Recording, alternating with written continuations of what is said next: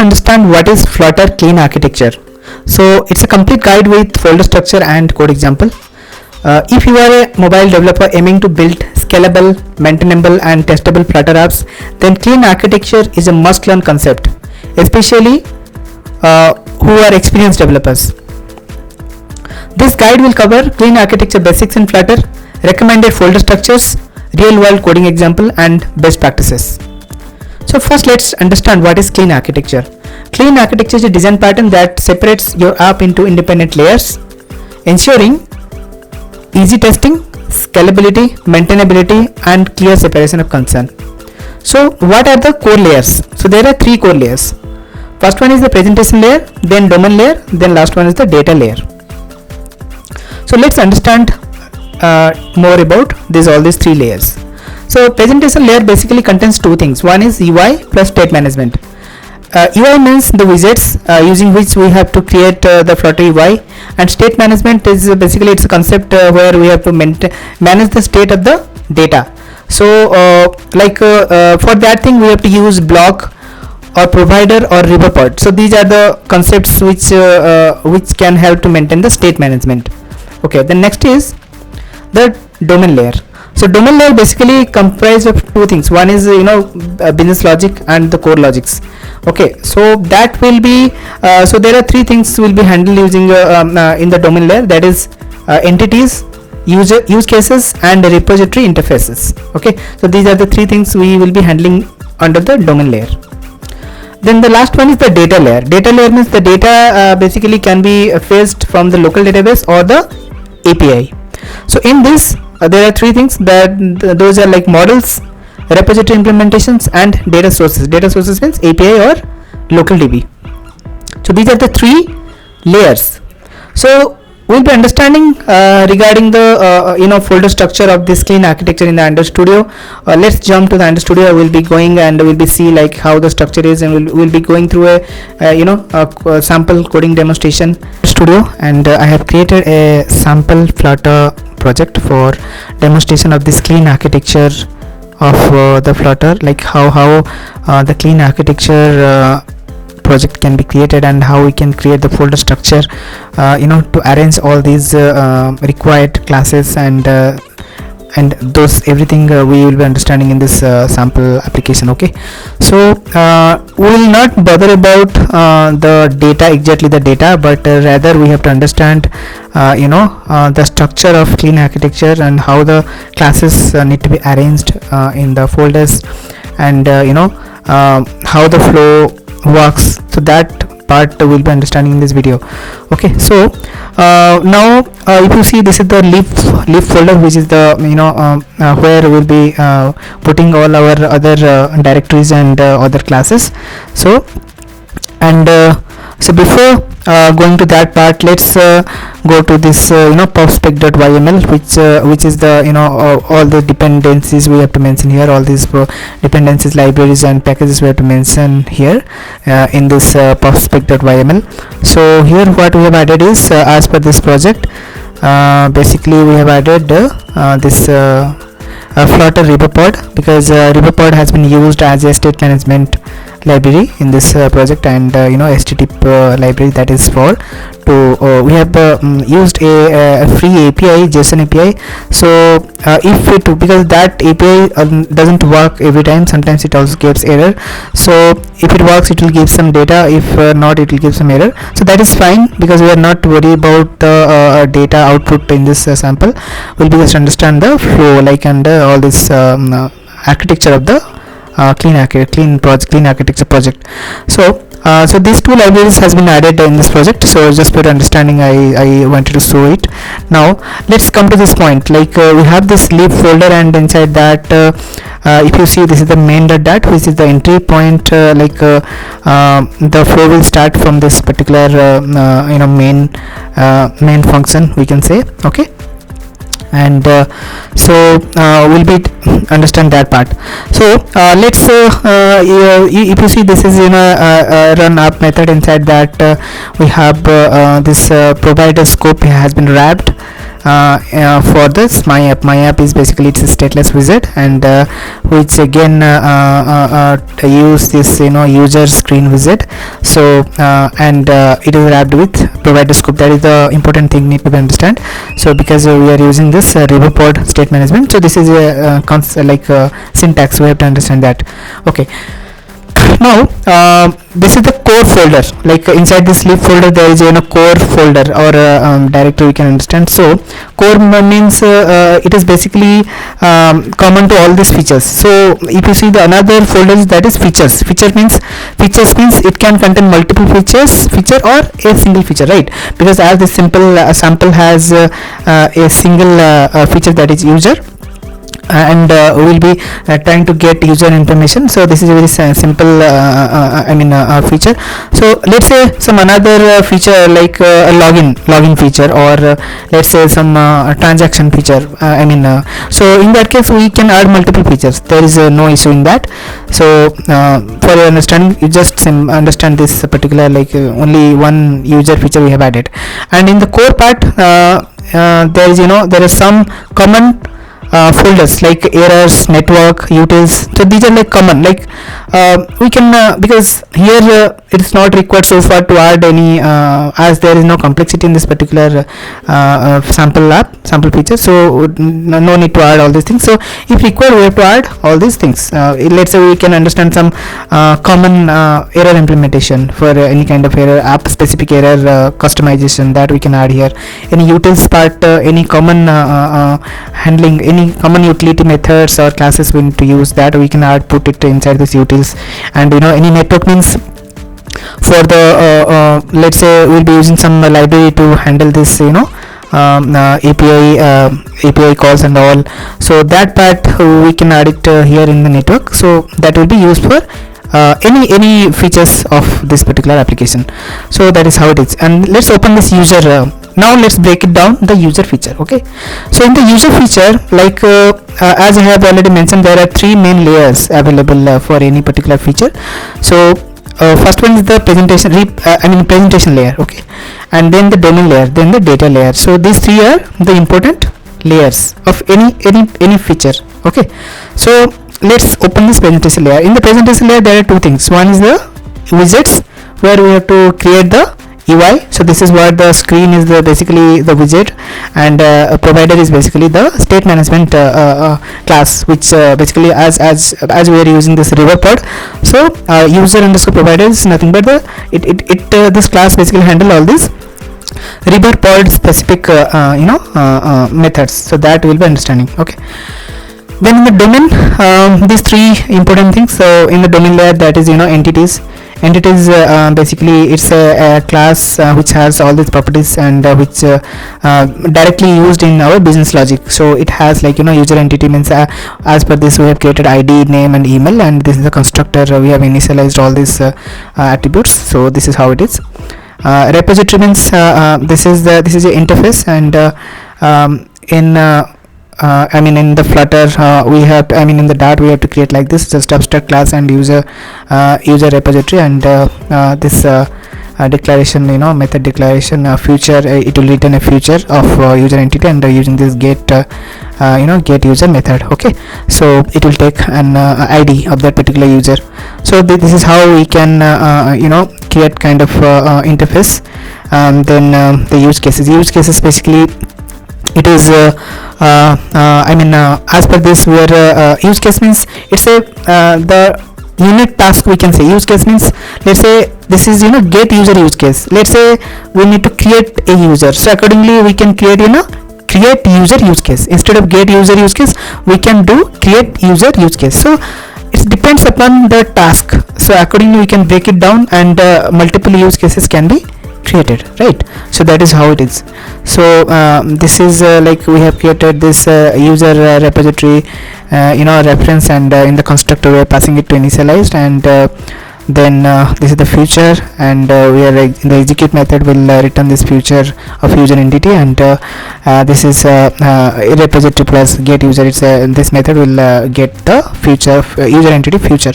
Okay, so this is how this user use case has been defined. Then the data means I mean, this is the domain layer we have understand. Now in the data, data means the actually the data where we are getting it. So as this sample app, we have not required any anything mentioned in this data sources. But in case we are getting it from the local DB, we can mention some database related implementation in this data underscore sources that we can do that. We could have done it, but here it is not required. But just for you understand, whenever any as per the application demands, and we have to write, we have to use all these folders. Okay, then model means basically once whatever data we are getting it from the data source, we have to convert it to a particular user model. That is how we are using it, because we are getting it from the data source and then converting it to the user model. So user model is has been defined like ID, name and email. We are using this map like JSON mapper from JSON. Then we are doing it here. Okay, then repository basically as because this is very very simple implementation, so we are directly calling this URL and then passing the IDs and getting it on the value, and if it will return success, then we are converting it to the user model. But sometimes this API, because it's a free and dummy API, sometimes it doesn't work and returns error. So in that case we may get that error, but if it works, then we can get some values. But just for your understanding, this is a, but in case we have implemented some client like HTTP client, and in that case any other GraphQL implementation, so then we have to use this data sources to get the data. And so as because in this sample project we doesn't require to do that, so we have directly implemented the URL call here, and we are getting the in the repository implementation itself, we are getting trying to get it. Okay, so this method will return a future object of type user entity, and that we will be using in the UI later. Okay, how we are getting it. So this is all about the folder structure. I think you have understand. I think quickly let me go it again. And in the user you can see this is the data, domain and presentation layer, these three layers. And in the presentation layer, this is provided like for the state management and screens, like the widgets we have to mention. In the domain there are three things: entities, repository and use cases. Entities means the objects what we need implementation in the logic. So and repository means this is the implementation implementation class, interface where we have to use it to get the data from the from the data source. Use cases are the logic, business logic, exactly what we want to do. There are multiple use cases can possible, and we have to create use cases accordingly. Okay, so get user is just to get the user, that is why only get user use case is defined here.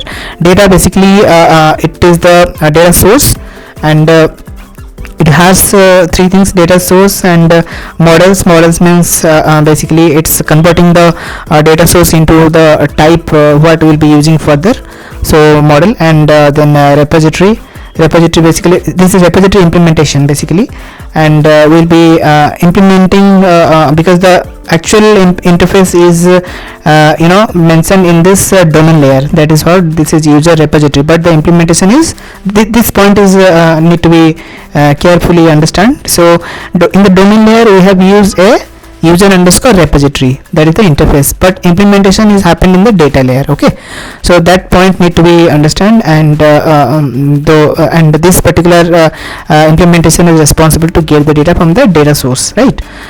So like that the clean architecture design has been mentioned here. Now for the UI, if I go like how the implementation happen, we will be starting it from the main function, and inside that this my app stateless widget. And if we go to this user screen, this user screen, this is actually, if you see, this is a consumer widget. Okay, that is a point need to be understand. Consumer widget means this why it is consumer widget, because we are using this Riverpod state management concept, right? So it will consume the state, that is why it is consumer widget. And Riverpod will help to trigger the state of the data. right? So here this wizard reference refer to this Riverpod, Riverpod reference. So it has some functions like watch and read that will watch means it will keep on watching the state, and if any changes happen, that will rebuild this particular widget. That is how it works. And read means it will one time it will read, and that will not rebuild, but it will change that particular state of the provider. Okay, so in this UI, if we see, like, we'll run and check like how this works. And this is a like kind of app bar, clean architecture user, and click the button to it's a text, click the button to load user. And after that we will be getting some name, expected that we will be getting some name and email that will be showing. And there are some state like data state, loading state, or error state. Accordingly it will show that UI, right? And this floating action button, that is we are calling this read here as well for the Riverpod, and it will change the user state provider notifier, and it will basically call that fetch user for that ID 1, and accordingly it will trigger that updates to here this user state.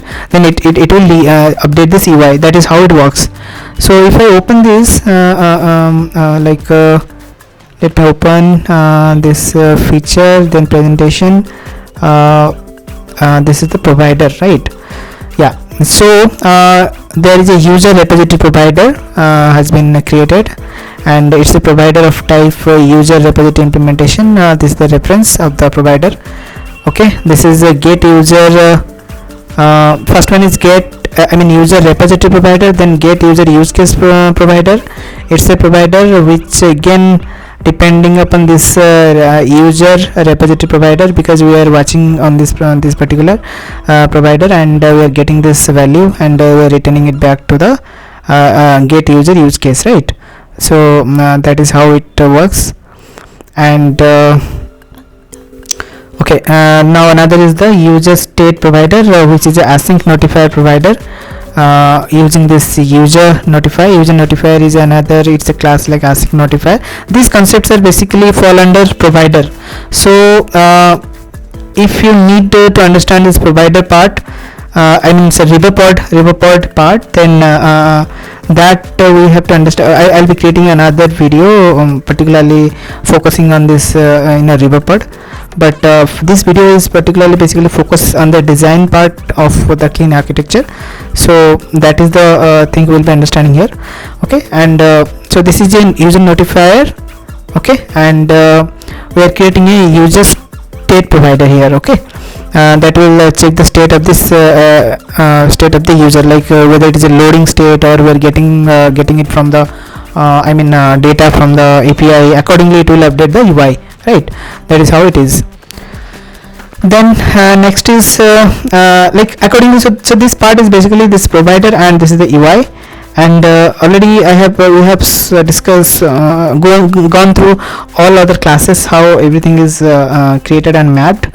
Now final thing is, when we run the app and we'll see, click on that particular button, if the data will be available, it will come, or it will, if not, then some error will be visible. Let me run this app, and we'll be see. Okay, and there's the emulator performing hot restart. Okay, restarted. The application is already restarted. If you see this particular UI, let me zoom it, and this is the header, app bar, and if you see, this is the click button to load user. So just for understanding, this is the button. If I click on it, so now what is happening, this as we are not getting any response from the dummy API, so it is giving us error, so exception failed to load the user. So as I've mentioned, sometimes this API doesn't work, and accordingly it is giving some error. That is why we are not able to, if in case we are getting the data, then definitely we can able to see the name and email here. There should be two text box, and we can see the name and email ID. So unfortunately it is not working, and but we have have understand the structure of clean architecture and how it works and how it can be designed, and we can achieve using the help of clean architecture we can achieve many things, like we can the code can be maintainable and scalable and testable. So those key points can be achieved using the help of clean architecture in Flutter. So I hope you understand, and this video please share to others if you liked it, and subscribe to the channel, and I will see you in the next video, and I will be understanding many more in with some other topic, and till then see you. Thank you so much for watching.